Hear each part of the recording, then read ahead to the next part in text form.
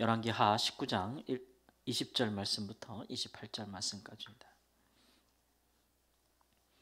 열왕기하 19장 20절에서 28절 말씀.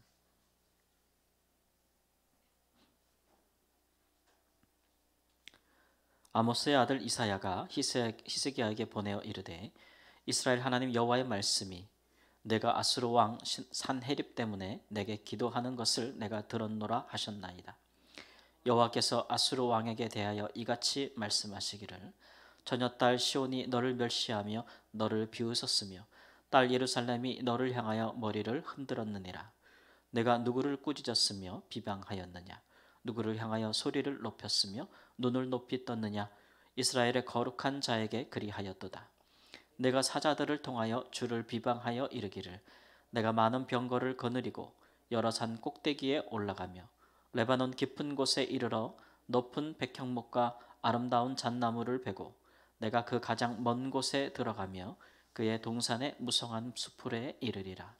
내가 땅을 파서 이방에 물을 마셨고 나의 발바닥으로 애굽의 모든 강들을 말렸노라 하였도다. 내가 듣지 못하였느냐? 이 일은 내가 태초부터 행하였고 옛날부터 정한 바라. 이제 내가 이루어 너로 견고한 성들을 멸하여 무너진 돌무더기가 되게 함이니라. 그러므로 거기에 거주하는 백성의 힘이 약하여 두려워하며 놀랐나니 그들은 들의 채소와 푸른 풀과 지붕의 잡초와 자라기 전에 시든 곡초같이 되었느니라. 내 거처와 내 출입과 내가 내게 향한 분노를 내가 다 아노니 내가 내게 향한 분노와 내 교만한 말이 내 귀에 들렸도다. 그러므로 내가 갈고리를 내 코에 꿰고 재갈을 내 입에 물려 너를 오던 길로 끌어 돌이키리라 하셨나이다. 아멘. 히스기야 왕을 향한 하나님의 응답은 즉각적이었습니다. 하나님, 아수르 왕이 그 신하들을 보내어 하나님을 비방하고 또 우리를 이제 멸하겠다고 하니 하나님 그것을 들으시고 우리를 구원하소서. 왜냐하면 하나님은 천하의 홀로 하나님이 되심이니이다. 이렇게 해서 정말 간절한 마음으로 애통하는 심령으로 하나님께 호소한 것이죠. 이것은 이제 마치 히스기야 왕이 이 아수르 왕의 하나님을 향한 모욕과 비방, 그것을 하나님께서 마치 제3자 못 들으신 것처럼 전달한다라고 할 수 있어요. 그러니까 우리도 사람 사이에 그런 게 있잖아요. 누가 내게 와서 내가 정말 좋아하고 사랑하는 사람에 대해서 험담을 하고 막 비방을 했어요. 근데 그 말을 내가 전해주는 거죠.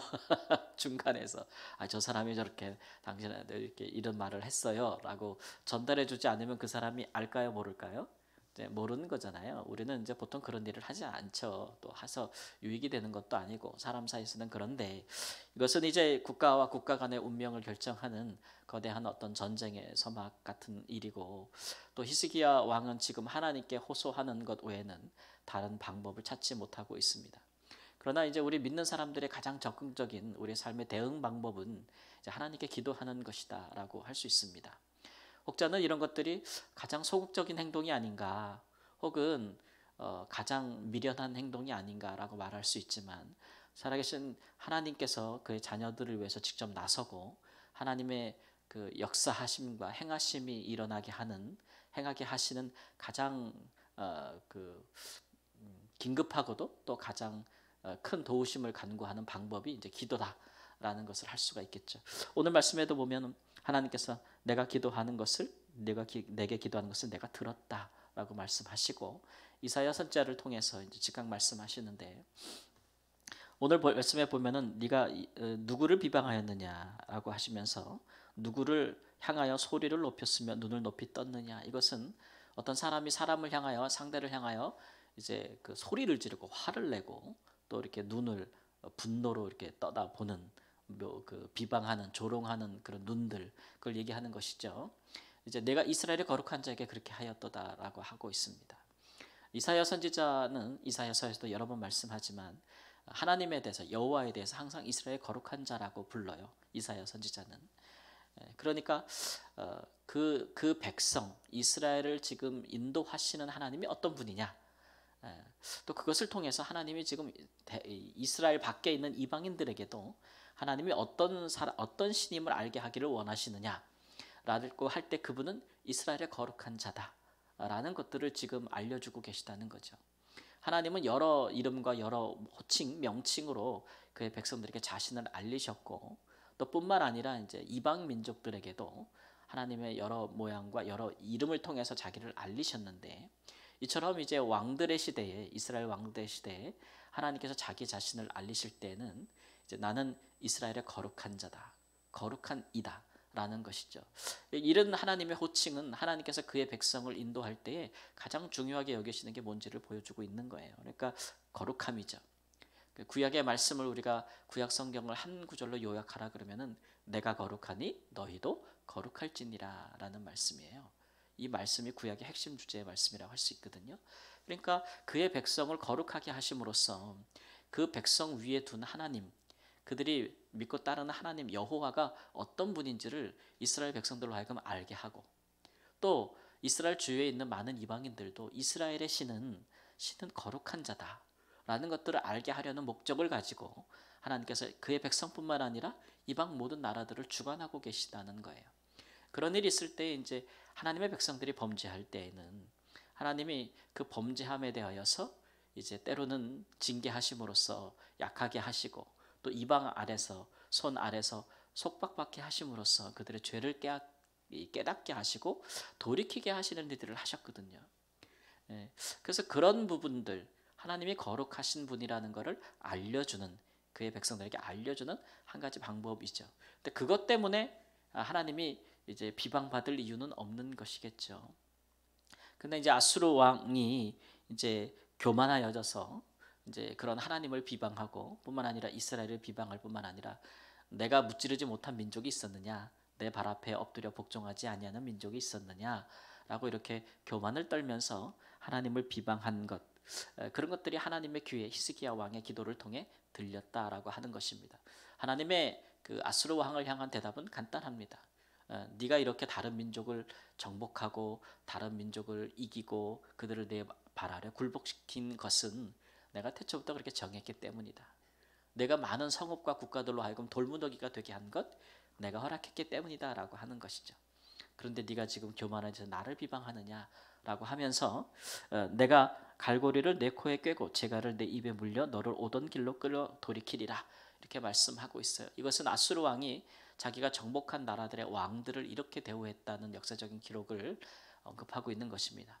그들이 어느 도시나 성읍이나 왕을 그들이 굴복시키면 그 사람들을 그 왕을 포로로 삼아서 그 코에 갈고리를 깨고 끌고 갔다 그래요. 자기 나라로. 그래서 그런 것들에 대해서 오히려 네가 그런 것을 당할 것이다라고 하고 있는 것이겠죠. 이런 말씀은 이제 하나님께서 그의 백성들을 위해 혹은 자기의 거룩한 이름을 위해 어떻게 나서시는지를 우리에게 보여주고 있는 것이죠. 하나님께서는 이제 아브라함, 이스라엘의 조상이 되는 아브라함 때부터 말씀하셨잖아요. 너를 축복하는 자에게 내가 그가 너를 축복하는 자가 복을 받고 너를 저주하는 자에게 저주가 임할 것이라고 그 같은 복을 처음 말씀하셨는데 이제 그런 것들이 어떻게 이루어지고는 실제적으로 이루어지는 것은 어떻게 이루어지고 있는 것을 보여주는 것이죠.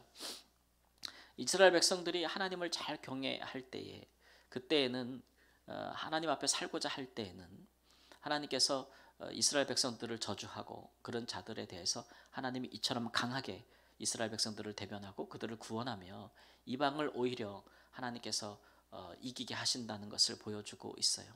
그러나 이제 이스라엘 백성들이 하나님 앞에 범죄해서 하나님을 떠나고 그럴 때에는 이런 모욕과 비방을 당할 수밖에 없는 것이겠죠.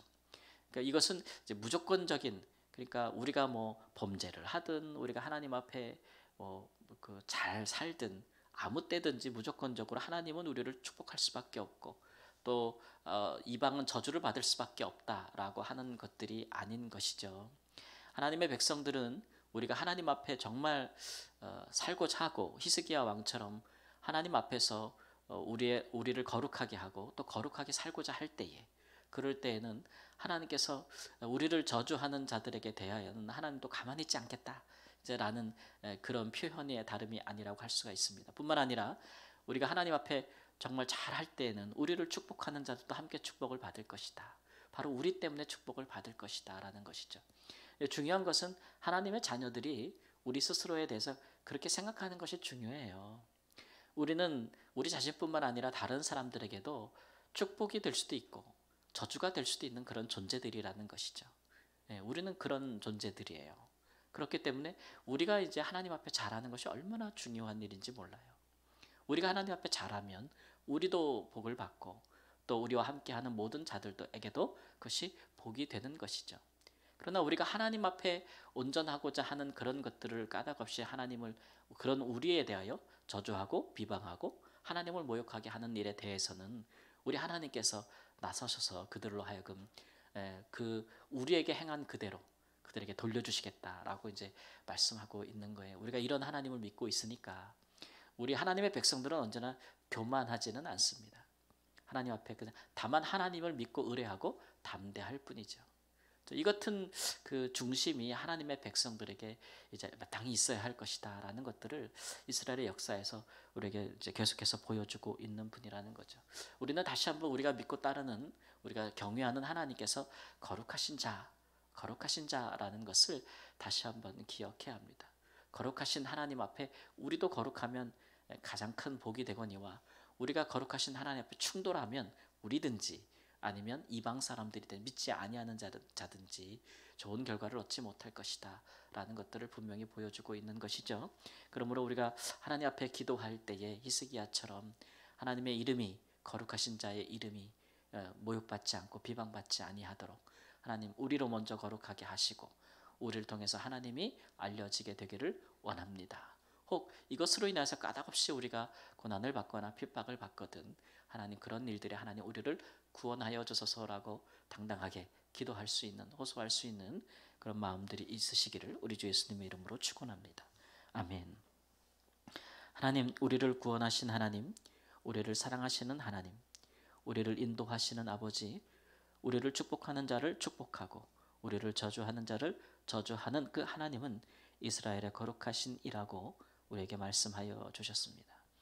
우리가 믿고 따르는 우리에게 그 아들을 내어주사 우리를 구원하신 우리 아버지는 거룩하신 이가 되시나니 우리도 그 하나님 앞에서 거룩한 백성의 삶을 살아갈 수 있도록 주님 도와주시기를 주 앞에 기도합니다. 이미 주 안에서 우리에게 그 같은 죄사함의 은혜를 허락하여 주셨고 또 성령까지 우리에게 보내주셔서 우리를 돕는 자로 세우시고 우리로 하여금 거룩한 길로 다니게 하여 주시니 그 안에서 하나님 그 길 위에서 행할 수 있는 저희들이 되게 하시고 그러므로 우리가 무슨 일을 당하든지 누구를 대하든지 어떤 일을 하든지 거룩한 길에 서 있음에 두려워하지 아니하고 하나님 무서워하지 아니하고 하나님의 이름을 위하여 담대하게 무엇이든지 기도하고 주께 고하는 자의 삶을 살 수 있도록 인도하여 주시옵소서. 하나님께서 우리의 삶에 어떠한 구원과 우리 위에 두신 그의 이름을 위하여 어떠한 놀랍고 큰 일들을 행하실지를 기대하고 그 역사 안에 동참하는 하나님의 복된 백성으로서의 삶을 사는 기도자가 되게 하여 주옵소서. 존귀하신 예수님의 이름으로 기도합니다. 아멘.